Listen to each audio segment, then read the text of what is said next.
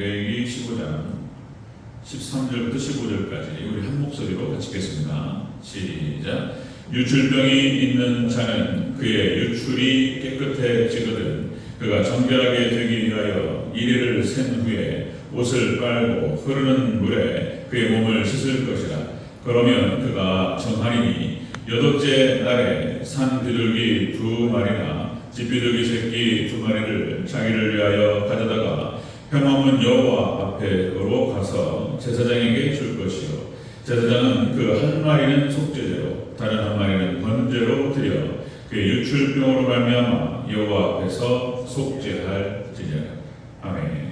네, 인사드리겠습니다. 아버지 예수님, 네, 예수님의 은혜와 평강이 넘치시기를 축원합니다. 아멘. 네, 오늘 함께 읽으신 레위기 15장 13절에서 15절 말씀, 오늘 본문을 그대로 유출병자의 정결규례 의미, 오늘 말씀드렸습니다. 유출병자의 정결규례 의미, 같이 한번 따라하겠습니다. 유출병자의 정결규례 의미. 유출병자가 어떻게 이제 정결케 되어지고 거기서 완전히 풀려나는지에 대해서 본문에서 얘기하고 있습니다. 거기에 대한 의미가 있어요. 이것도 다 예수님 얘기예요. 다 예수님의 보혈 피공로를 얘기하고 있고 예수님의 사하심을 다 이야기하고 있습니다. 우리가 지난 시간에 남자의 유출병 종류 의미 그랬죠. 남자의 유출병 종류. 그래서 이 유출병이라고 하는 것은 남자의 성병이라고 그랬습니다. 성병. 그러니까 난잡한 성생활, 동성애를 한다든지 만약에 수간을 하게 되면 돌로 쳐 죽입니다. 그러니까 이게 막 타락의 거치를 가요. 지금 이제 오늘 이 시대가 막 갑니다. 타락의 거치를 가는데 어쨌든 이제 난잡한 성생활을 통해서 이제 속병이 걸려요. 그래서 고름과 피가 흐르고 굉장히 지저분하죠. 냄새나고 고통스럽고 이런 겁니다. 대체 이것이 무슨 병이냐? 자, 여기 대해서 의미를 말씀드렸어요. 남자의 유출병 종류. 자, 몸에 유출병이 있는 자는 그것이 부정하다고 했는데 이게 무엇을 의미하냐면 아담의 원죄 이후에 타락한 본성을 의미합니다. 아담의 원죄를 짓고 그리고 타락해버렸어요.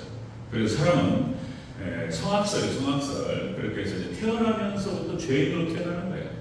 누가 가르쳐주지 않아도 그렇게 죄를 짓고 살아갑니다. 자, 몸에서 흘러나오는 유출병은 무엇을 의미하느냐? 이렇게 본성이 타락한 사람이 이제 행동으로 죄를 짓는 걸 말하는 것이다. 밖으로 나오는 거예요.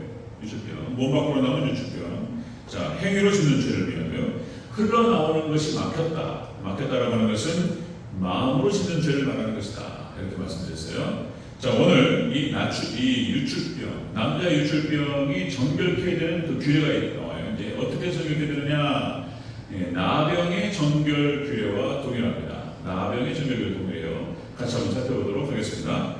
자, 유출병자의 정결 규례 의미 첫 번째, 회막문 여호와 앞에 나아간다는 것입니다.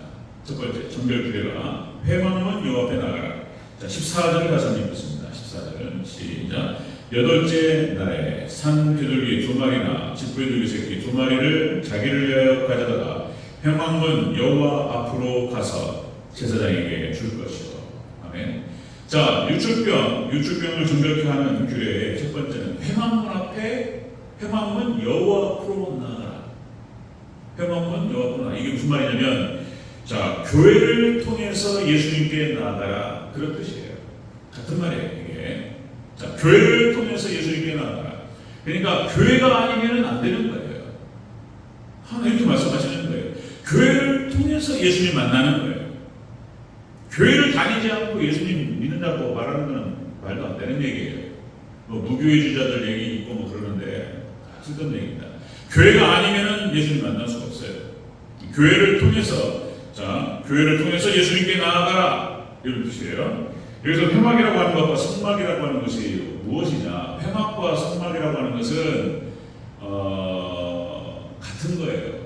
그러니까 이제 의미가 좀 달라요. 이 회막이라고 하는 것은 그러니까 이제 오헬 모에드 그러니까 이제 장막에 사람들이 모이는 것을 의미하는 거예요. 그러니까 사람들이 모임의 장소 그런 뜻이에요. 회막은 사람들이 모이는 장소. 성막은 미시칸이라고 해가지고 이 뜻이 하나님께서 임재하시는 장소 이렇게 말하는 거예요. 이게 하나님께서 임재하시는 곳이고 사람들이 모이는 곳이 회막을 의미하는 것이고 하나님 임재하는 곳이 성막을 의미하는 거예요. 같은 곳을 말하는 거예요. 같은 곳. 그러니까 같은 장소를 다른 의미를 부여하는 거예요. 자, 이제 교회를 뜻하는 거예요. 이게 교회. 성막과 회막은 교회를 말하는 것입니다. 우리가 교회를 말하면 우리가 이렇게 사람들이 코이노니아, 우리 믿음의 백성들이 모이는 곳, 코이노니아, 믿음의 백성들이 함께 모였다. 이게 코이노니아라고 그러는데, 자, 그 교회고 우리 성전도 다 교회죠. 하나님께 임하십니다. 이게. 자, 이 교회가 바로 교회는 예수님께서 마태복음 16장 18절에 이렇게 말씀하세요. 내 교회라고 말씀하셔요. 예수님께서. 교회는 나의 교회다. 그 다음에 에베소서 1장 23절에서 몸 대신 교회, 예수 그리스도의 몸 대신 교회 이렇게 말하죠. 예수님이 바로 교회가 예수님의 몸이다. 예수님 몸이다. 머리는 예수님이시고 머리 대신 예수님 그리고 교회가 예수님의 몸이다 이렇게 표현하죠. 그 다음에 계시록 1장 20절에서 일곱 별은 일곱 교회의 사자요 일곱 촛대는 일곱 교회니라 계시록에서 촛대로 말합니다. 자, 예수님께서 계시록 1장 13절에 예수님께서 촛대 사이에 계세요. 촛대 사이에. 일곱 교회를 소아시아 일곱 교회를 말씀하시면서 촛대 사이에 계신다고 표현하고 있는데 그 촛대가 바로 교회를 말하는 거예요. 교회. 또 하나, 자, 예수님께서 또 교회를 향해서 내 집은 기도하는 집이다 이렇게 말씀하셨어요. 기도하는 집이다. 자, 그렇게 해서 이렇게 교회를 통해서 예수님께 나가고 예수님 만난다는 거예요. 그러니까 회방문 여호와 앞에 나가라. 유출병이 있는 자는 정결케 되기 위해서 그렇게 하라. 이 말의 뜻은 죄인은 교회를 통해서 예수님께 나가라 이런 말이다. 자, 여러분들 잘 아시다시피 영국의 청교도들이 이제 신대륙을 발견하고, 그러니까 이제 콜럼버스가 신대륙을 발견하고, 그래서 이제 신대륙을 건너가게 되죠. 종교의 자유를 찾아서 그렇게 해서 이제 아메리카로 건너가게 돼요. 그래서 신대륙에서 처음으로 건축된 건물이 교회였어요. 그 땅, 복받는 땅이 처음으로 건축된 땅이 교회였어요. 그것이 1623년입니다. 1623년. 청교도들이 아메리카로 건너가지고 처음에 세운 것이 바로 교회였고, 그 다음에 세운 것이 학교였고, 그 다음에 마지막으로 세운 것이 자기 집이었다. 그죠? 청교도들이 자기의 신앙의 자유를 찾아서 아메리카로 건너가서 처음으로 나무로 해가지고 건물을 지었는데 처음으로 세워진 건물이 교회였다. 굉장히 상징적인 의미가 있습니다. 상징적인 의미. 그리고 청교도들은 어떻게 했냐면 자기 집을 짓고 창문을 열면 교회가 보이도록 지었어요. 창문만 열면 교회가 보여요. 그 다음에 마을 전체가 교회를 중심으로 해서 집을 지어주기 시작합니다. 그리고 모든 길은 청교도들이 정착하면서 세웠던 그 마을들은 창문을 열면 교회가 보였고 모든 길이 교회를 통하게 만들었어요. 교회 가기 쉽게 만들었어요. 철저하게 교회를 중심으로 해서 마을이 형성됐습니다. 그리고 그들의 신앙은 그렇게 교회 중심의 신앙으로 세워졌던 것입니다. 그리고 하나님께서 그 땅에 축복을 하셨어요. 아멘. 교회가 복이에요. 교회를 가까이 하고 교회를 자주 와서 교회에서 아무도 없어도 기도하고 가고, 그죠? 그런 거예요. 여러분들 여기 앉아 계신 우리 장로님, 우리 권사님들 다 그러실 거예요. 저도 어렸을 때 신앙을 그렇게 배웠어요. 교회 와가지고 그냥 기도하고 가고, 아무 보는 사람이 없어도 그냥 이렇게 휴지도 줍고 청소도 하고, 교회 한번 쓰고 손바닥 한번 쓰고 가고 이런 거예요. 저 같은 거 어렸을 때는 그때는 그랬어요. 하여튼간에 교회에서 노는 것이 재밌었고 교회가 제일 재밌었어요. 교회 가는 게 좋았고 그랬습니다. 그래서 하나님께서 또 이렇게 인도하시고 그러신 것 같은데, 여러분들 교회를 가까이 하는 것이 축복이 될 줄로 믿습니다. 교회를 사랑하라. 유축병자가 정결케 되는 교회의 첫 번째가 바로 교회를 통해서 예수님께 나아가라. 그런 거예요. 자, 두 번째 보겠습니다. 유축병자 정결교회. 두 번째는 옷을 빨고 흐르는 물에 몸을 씻으라. 자, 옷을 빨고 흐르는 물에 씻으라. 13절 읽겠습니다. 13절. 시작. 유출병이 있는 자는 그의 유출이 깨끗해지거든. 그가 정결하게 되기 위하여 이리를 센 후에 옷을 빨고 흐르는 물에 그의 몸을 씻을 것이라. 그러면 그가 정하리니. 아멘. 옷을 빨고 흐르는 물에 씻으라. 이 말은 뭐 무슨 말이겠습니까? 회개하라는 뜻이에요. 회개하라. 옷을 빨고 몸을 씻으라. 회개하라. 죄를 회개하라. 그런 뜻입니다. 여기서 씻을 것이요 라는 뜻이 뭔 말이냐면 깨끗하게 하다. 어느 뜻이 그래요? 목욕하다, 깨끗하게 하다. 그런 뜻입니다. 자, 여러분들 에베소서 5장 26절에서 물로 씻어 말씀으로 깨끗하게 하사 거룩하게 하시고, 그래서 세례를 의미하죠. 물로 씻고 말씀으로 씻어요. 말씀으로 깨끗하게 합니다. 그리고 거룩한 백성으로 만들어가는 거예요. 하나님께서. 자, 옷을 빤다. 세마포를 빤다. 그 다음에 옷을 찢는다. 옷을 찢는다. 그러니까 회개를 의미하는 거예요. 이 의복이라고 하는 것은 행위를 상징합니다. 그래서 옷을 찢고 자신의 잘못된 그 행동들과 삶의 모습을 갖다가 바꾸는 거예요. 옷을 갈아입고 의복을 바꿔 입고 그런 것이죠. 그래서 행동을 회개하고 삶을 바꾸는 것입니다. 여러분들 성막에 들어가잖아요. 성막의 구조가, 성막을 딱 들어가면 번제단이 있어요. 번제단이 있고 그 다음에 성소, 지성소로 들어가죠. 그 가운데 뭐가 있는지 아십니까? 번제단과 성소로 들어가는 입구 가운데 물두멍이 있습니다. 물두멍이 크기가 한 이만해요. 물이 담겨 있습니다. 물이. 그래서 항상 성소에 들어가기 전에 제사장은 거기에서 손발을 써요. 번제단에서 제물을 잡아가지고 피가 묻었단 말이에요. 피를 손으로 씻어요. 그 용도가 그거예요. 물두멍이. 그리고 성소에 들어갔다 나와서 또 씻어요. 이 물두멍이 예수님을 말하는 거예요. 예수님. 성막의 모든 것이 다 예수님이에요.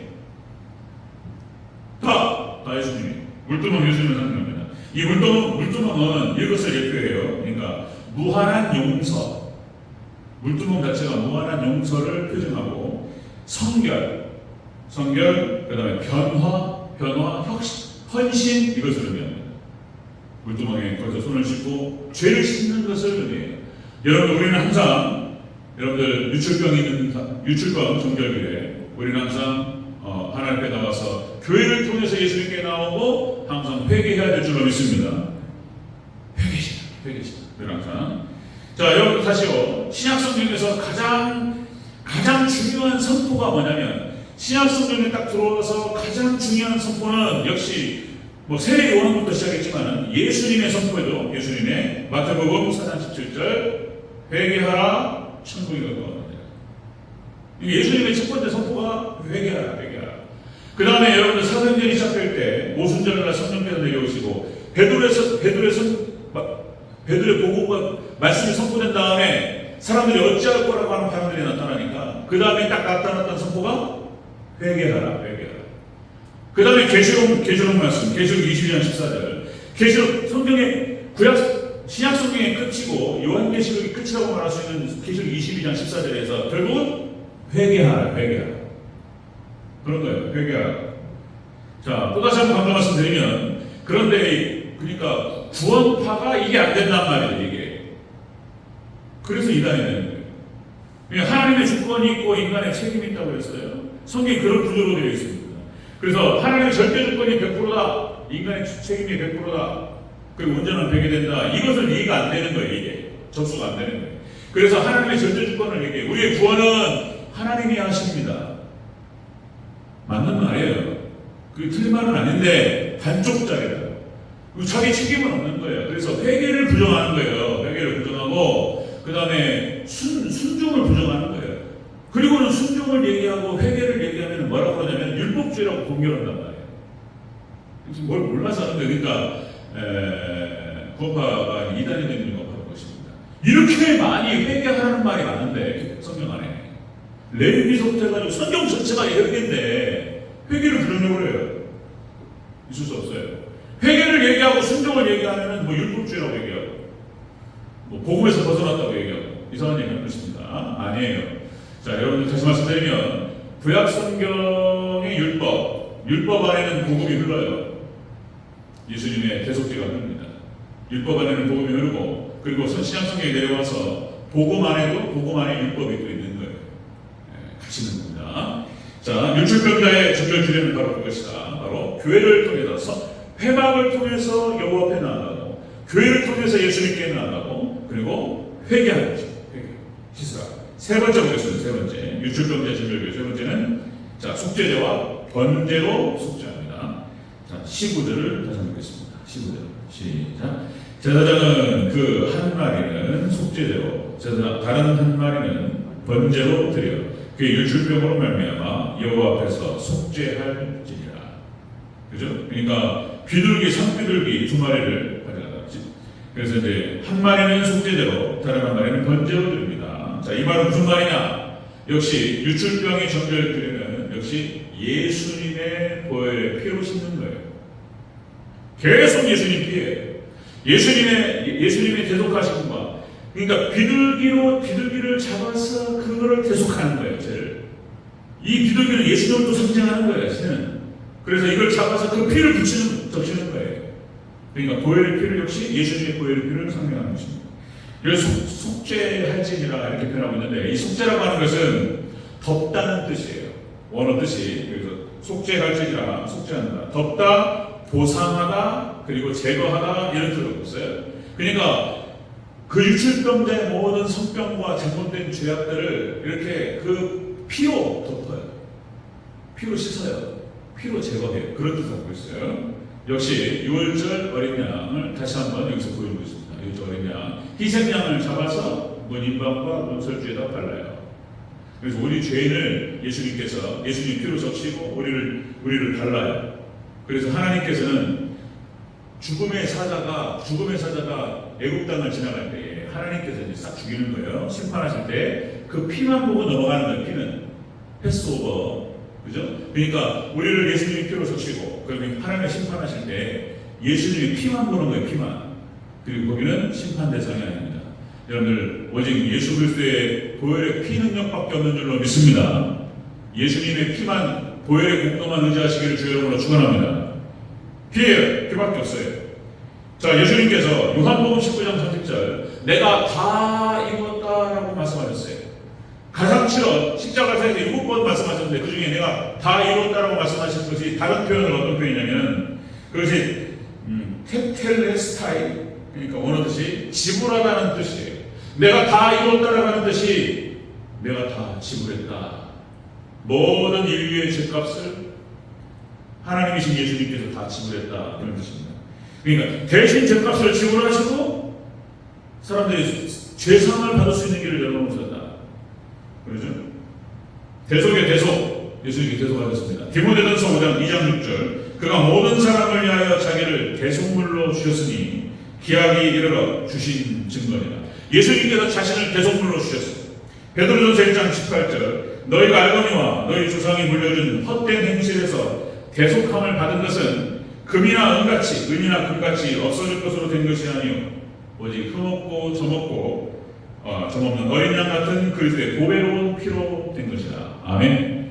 우리가 죄사함을 받고 우리가 하나님 앞에 나아갈 수 있고 우리가 구원을 받을 수 있는 것은 예수님의 대속하신 피밖에 없는 줄로 믿습니다. 아멘.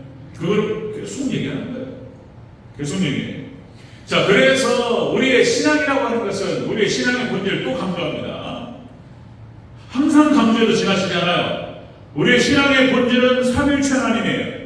삼위일체 하나님을 믿고 삼위일체 하나님을 섬기는 거예요. 신앙의 본질은.